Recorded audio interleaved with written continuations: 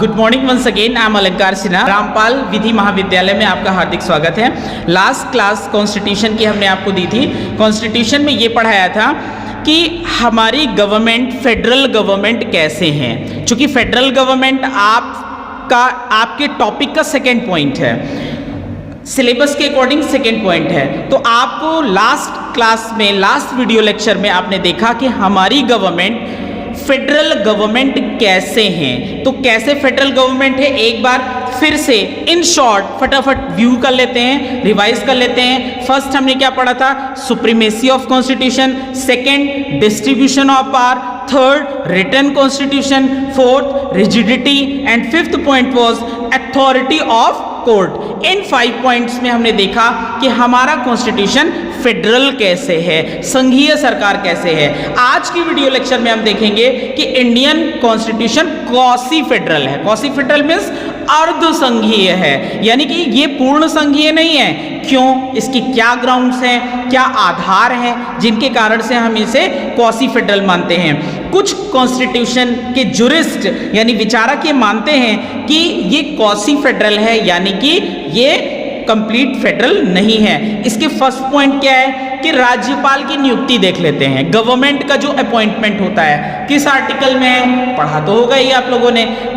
Article 155 और 166 क्या कहती है कि गवर्नमेंट का अपॉइंटमेंट कौन करेगा, कैसे होगा। तो गवर्नमेंट का अपॉइंटमेंट कौन करेगा? प्रेसिडेंट करेगा। तो अगर भारत पूर्ण रूप से संघीय सरकार होती तो ऐसी दशा में प्रेसिडेंट क्या होता? प्रेसिडेंट सुप्रीम होता।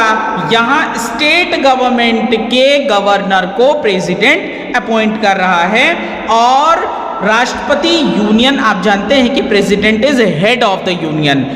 आर्टिकल 200 एंड 288 क्लॉज 2 में क्या बताया गया है कि राष्ट्रपति को वीटो पावर भी है, यानी कि वो वीटो की शक्ति का भी प्रयोग, राष्ट्रपति महोदय वीटो की शक्ति का भी प्रयोग कर सकते हैं। आर्टिकल 249 में क्या बताया गया है कि पार्लियामेंट की पावर क्या है? To legislate in the national interest, यानी कि राज्य सरकारों के विषय में जो स्टेट लिस्ट का सब्जेक्ट मैटर है उस विषय पर भी केंद्र सरकार नियम बना सकती है। कब बना सकती है? नेशनल इंटरेस्ट की स्थिति में। अगर राज्य के हित में कोई ऐसा कानून बनाना लाजमी है, उचित है, आवश्यक हो गया है, तो केंद्र सरकार राज्य सूची में दिए गए विषयों पर भी कानून बना सकती है। कौन सा आर्टिकल है? 249 में ऐसा कहा गया है। अगर नेशनल इंटरेस्ट का मामला आ जाता है, नेशनल इंटरेस्ट का मामला आ जाता है, तो ऐसी स्थिति में क्या होता है? पार्लियामेंट के सब्जेक्ट मैटर पे आपने स्टेट लिस्ट के सब्जेक्ट मैटर पे आपने सुना कि पार्लियामेंट लॉ को लेजिस्लेट कर सकती है। नेक्स्ट पॉइंट इसमें आप देखेंगे कि parliament's power to form the new states and alter boundaries of existing states. Parliament को क्या पावर है? पार्लियामेंट को पावर है कि वो न्यू स्टेट को फॉर्म कर सकती है, नए राज्यों का निर्माण कर सकती है, और जो एग्जिस्टिंग स्टेट हैं, एग्जिस्टिंग स्टेट के बाउंड्री में अल्टरेशन कर सकती है, यानी कि घटा सकती है। तो आप देख रहे हैं कि राज्य सरकार अपने आप में फेडरल की कंडीशन में नहीं है। स्टेट गवर्नमेंट पर यूनियन गवर्नमेंट का कहीं ना कहीं से आप देख रहे हैं कि हस्तक्षेप प्रभावी हो रहा है। तो वो कौन सी कंडीशंस हैं? वो ये कंडीशंस है कि जब state government existing state government की बाउंड्रीज में चेंजेस कर सकती हैं या फिर नए स्टेट को फॉर्म कर सकती है। कौन? Union parliament. नेक्स्ट क्या है? शॉर्ट में हम क्या बोल सकते हैं कि एग्जिस्टिंग जो पार्लियामेंट का एग्जिस्टेंस है वो क्या है?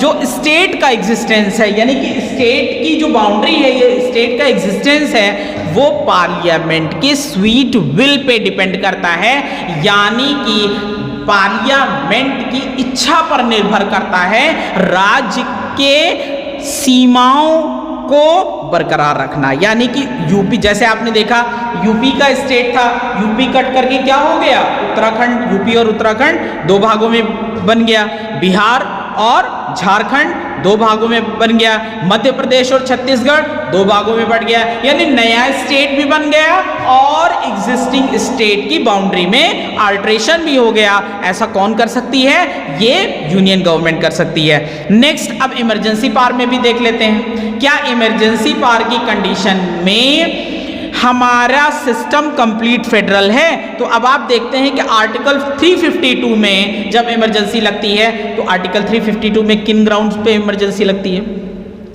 आर्टिकल 352 में 3 ग्राउंड्स हैं। पहला वार की कंडीशन में, दूसरा एक्सटर्नल एग्रेशन, अगर कोई बाहरी आक्रमण हो रहा है, युद्ध, बाहरी आक्रमण, तीसरा आर्म्ड रिबिलियन, और अपने ही देश में आर्म्ड रिबिलियन यानी कि जो सशस्त्र सीमा के लोग हैं या हमारे आर्म्ड अपने आप में ही एक दूसरे के धुर विरोधी हो जाए। यानी कि अगर हमें बम फेंकना है दुश्मन की तरफ तो उल्टा करके भारत की तरफ फेंक दिया, तो ऐसी स्थिति में इसे आर्म्ड रिबिलियन कहते हैं। 3 कंडीशन में आर्टिकल 352 में इमरजेंसी लगती है, और जब इमरजेंसी लगती है तो जो स्टेट गवर्नमेंट की यानी स्टेट लिस्ट में स्टेट गवर्नमेंट को जो पावर दी जाती है वो किसमें निहित हो जाती है, वो यूनियन गवर्नमेंट में निहित हो जाती है। और फिर से आप देख रहे हैं कि पूरी की पूरी पावर कौन कैप्चर कर ले रहा है, यूनियन गवर्नमेंट। दूसरा पॉइंट क्या है, आर्टिकल 278 से लेकर के 279 में क्या बताया गया है, धन वितरण, जो राजस्व इकट्ठा होता है वो, मान लीजिए रेलवे डिपार्टमेंट है तो रेलवे डिपार्टमेंट किसका सब्जेक्ट मैटर है? आप देखते हैं रेलवे डिपार्टमेंट यूनियन लिस्ट का सब्जेक्ट मैटर है, लेकिन रेलवे अनेकों राज्यों से होकर के गुजरती है और उस राज्य में उसे बिजली भी चाहिए, उस राज्य में उसे सुरक्षा भी चाहिए। तो ये बिजली और सुरक्षा कौन दे रहा है, यानी पुलिस और इलेक्ट्रिसिटी, ये स्टेट लिस्ट का सब्जेक्ट मैटर है।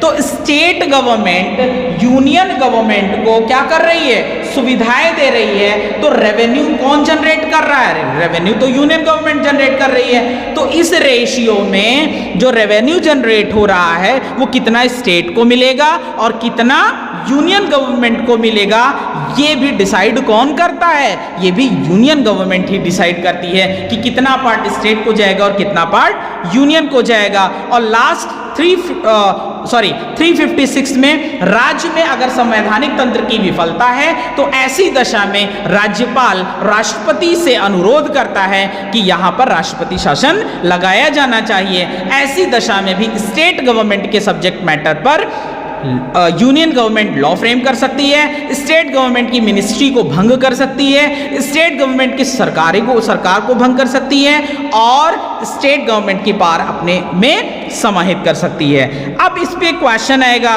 Do these provisions modify the federal character of the Indian constitution? क्या ये सारे फीचर्स इंडियन कॉन्स्टिट्यूशन के का जो एक कैरेक्टर है उसको मॉडिफाई करता है? तो इसका आंसर आप कमेंट बॉक्स में लिखेंगे, लिख करके आप हमें बताएंगे कि सर हमने ये आंसर लिखा है। और अगर कोई प्रॉब्लम आती है तो आप फिर से मेरे से कंसल्ट कर सकते हैं, आपको फिर से इस पर एक्सप्लेनेशन मिल जाएगा।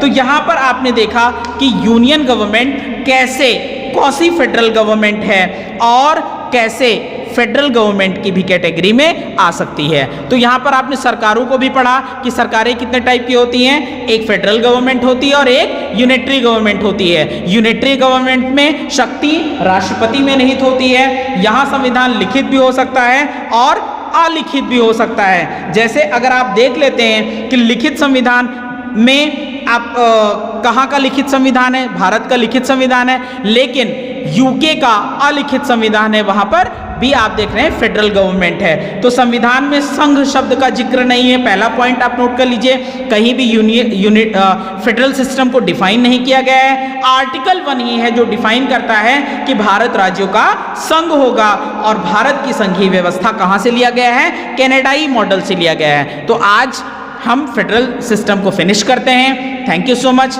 आई एक्सपेक्ट कि आपको ये वीडियो अच्छा भी लगेगा और कमेंट बॉक्स में आप हमें बताएंगे कि सर आपको नया वीडियो किस टॉपिक पर चाहिए। Thank you so much.